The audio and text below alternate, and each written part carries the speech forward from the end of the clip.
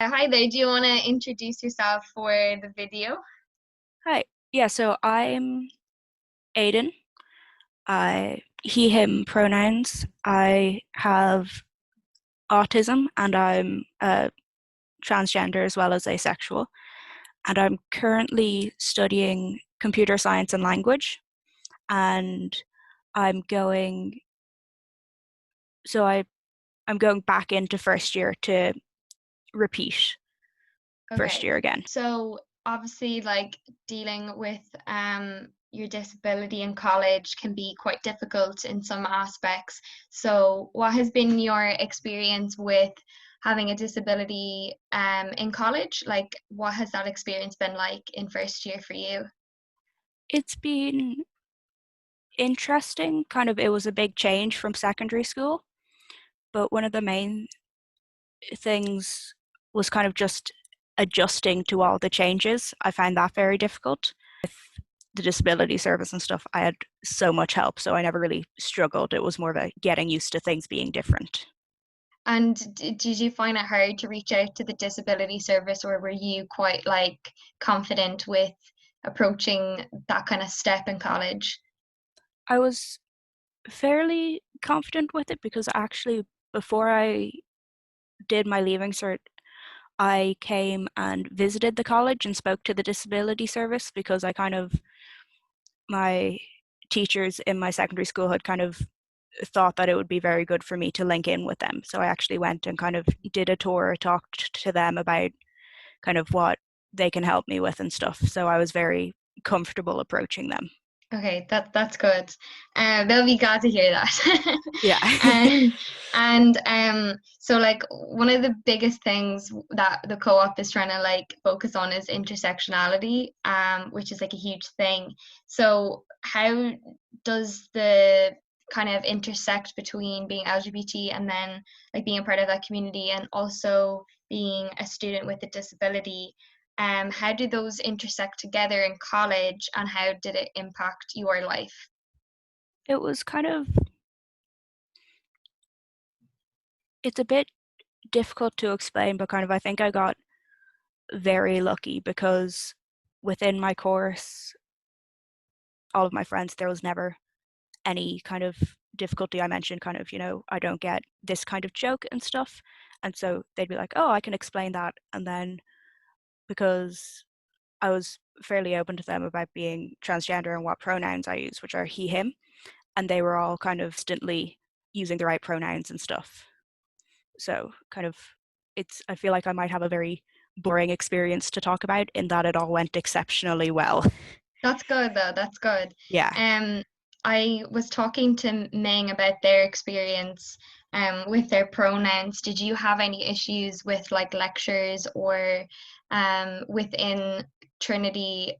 Was there any issue with them kind of accepting that?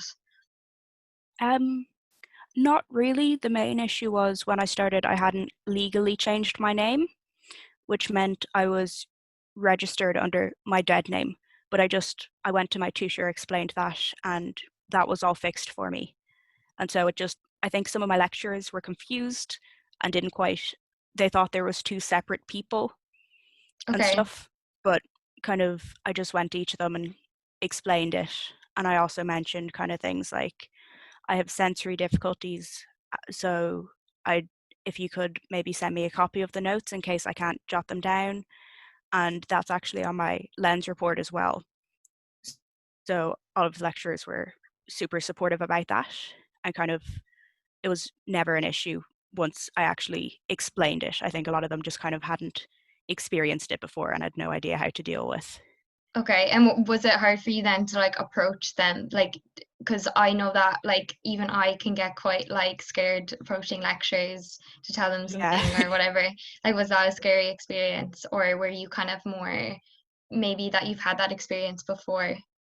It was kind of scary, but also not really because it was worth being scared to get the benefit of it. And also my classes were quite big, so I knew they'd forget about me in a couple of days, so I wasn't particularly bothered. It's very reassuring to know that they're not going to remember you forever as that one person who asked that thing when one of their lectures has like 200 students. Yeah, okay, yeah, that makes sense. I'm also in big lectures, so I relate to that. Um, but do you think that there needs to be any kind of change in terms of the culture in Trinity in order to facilitate like that intersection in life between those two categories in life? Yeah, I think it would be great if they had like a setup protocol Okay, do you for want to those kind of explain things. what that would So mean? for me, when I had to change my name on the systems because I was still waiting for my legal name change to come through, there was a lot of steps I had to do, but kind of my tutor wasn't sure of them. So she went and asked academic registry and they weren't sure of them. So there was a lot of kind of asking this person and then a lot of transferring of information and no one seemed 100% sure on what to do. So like kind of just a set format, this is how you do XYZ kind of thing would, I think, really help.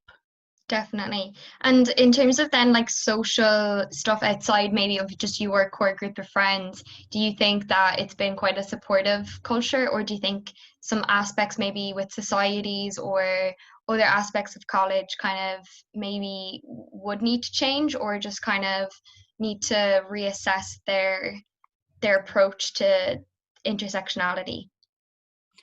Honestly, not that I've come across. I think like I have made some really good friends through societies, and maybe it's the societies I chose, like QSOC obviously would be one of them, but kind of any society I went to, everyone was very kind of supportive and inclusive. And there's even like, I remember for Freshers Week, I'd be asking questions and like, do I have to register with the society as my legal name or can I choose my uh, chosen name? And they, like any society I spoke to, was incredibly supportive. And they're like, yeah, just put down what you want to be called as. And then, because kind of the only thing they use it for, as far as I know, is just kind of addressing you in the emails automatically. So it was, Yeah. I've found society super supportive. That's good. And I'm glad that like the social life too has been Yeah, accepting as well, because it is a very, in terms of students, yeah, outside of societies and outside of lectures, people are very like open and respect people's boundaries and yeah. respect. Yeah. So that I'm really glad you have a positive experience, because Yeah, that's what we want. Like, but yeah. yeah, if you want to say anything else, do you want to say anything, or are you happy to leave the interview with what you've said? Uh, I'm pretty happy to leave it there. Like, kind of, I feel like it would make for much more interesting interview material if I was like, oh, there's this thing that could be fixed or this thing that could be done better. But to be honest, kind of in my experience, everything was amazing. And like, even like, I can't think of things that could have been done better to make it easier. So, That's good. And actually, in terms of like you were saying that you're involved in QSOC, and I'm assuming that you probably already are involved, or not involved, but like have friends within the LGBT community. Are their experiences quite similar to yours, or would they be kind of different? I think my experience is very, very positive. I think kind of from my friends, they'd have quite positive experiences with maybe kind of one or two things that might come up, but like at least from within Trinity, I haven't heard even anecdotally of someone having a big problem. So That's good. Well, yeah, I'm so glad to speak to you today, and I me just want to too. say thanks for being so open and, talking about everything, and I really, really appreciate it. So yeah, thanks so Yeah, much. thank you. It's really nice to meet you. You too.